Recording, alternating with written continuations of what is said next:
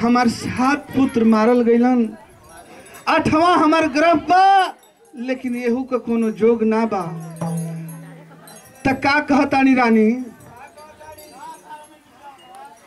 अरे चल चल करा कुलदा तू मनिया त तू हो बा मुँह धोवा हो। अरे सखी हो, अरे अपनो गरभवा हम हूँ मारब तोहारो जी आई बहो मोरे ललना अपने गरभवा मारब तोहारो जी आई मोरे ललना अपन गरभवा मारब तोहार हे मोरे ललना ललना हो ललना, हे ललना ललना हो ललना। अरे अपनो गरभवा हम मारब तोहारो जी आई बहो मोरे ललना।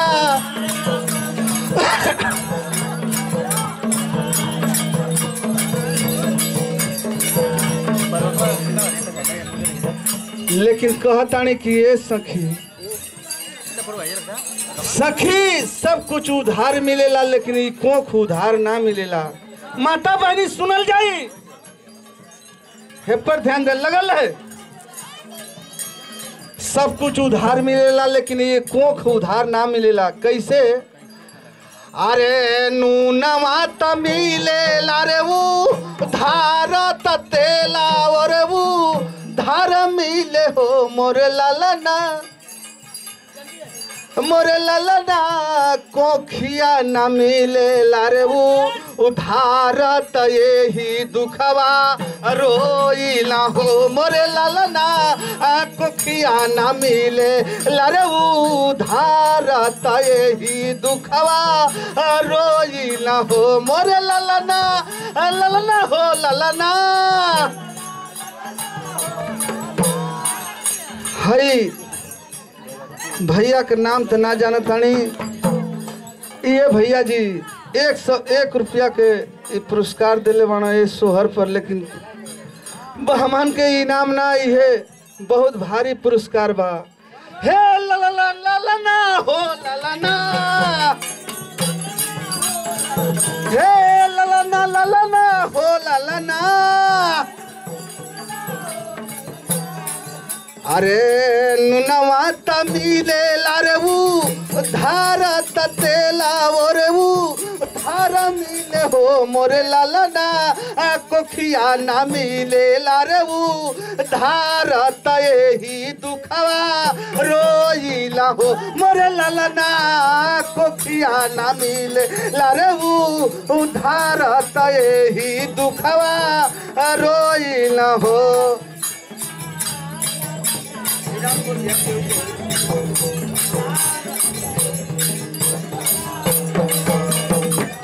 हाय 20 रुपया के भैया के हुई नाम दिले बा। नाम तो ना जानतनी, लेकिन भैया के बार बार नमस्कार प्रणाम बा। हाय फैन ए माता जी की ओर से 21 रुपया के पुरस्कार बा।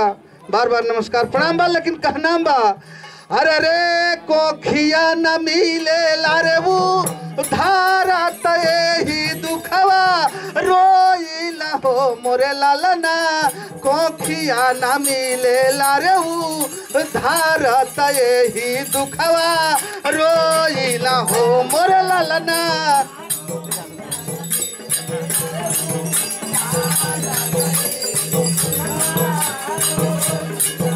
अरे चाला चाला कारा कुला अदतुवंत मुहायाबा धोवा न हो मोरे सखी हो कारा तू गंगायास नाना तिरियवाए का रोवेली हो मोरे ललना चाला कारा।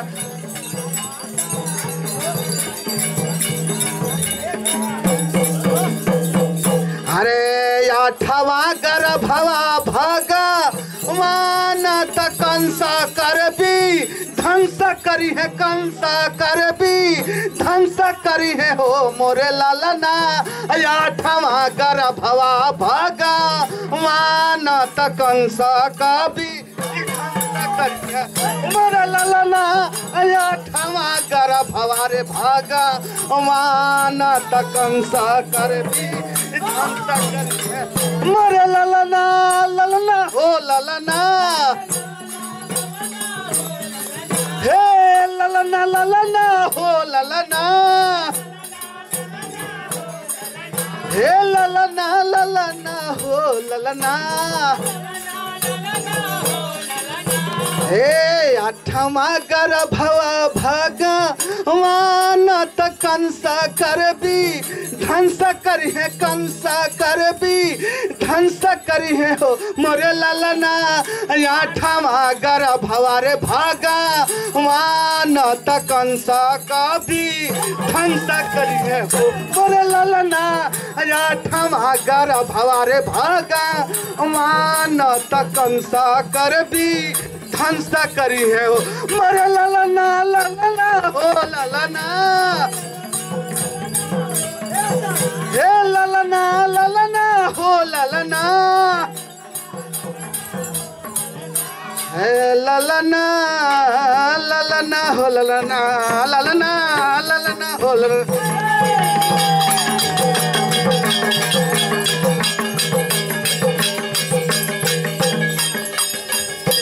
हेलो हेलो शांति का पूर्वक रखिए।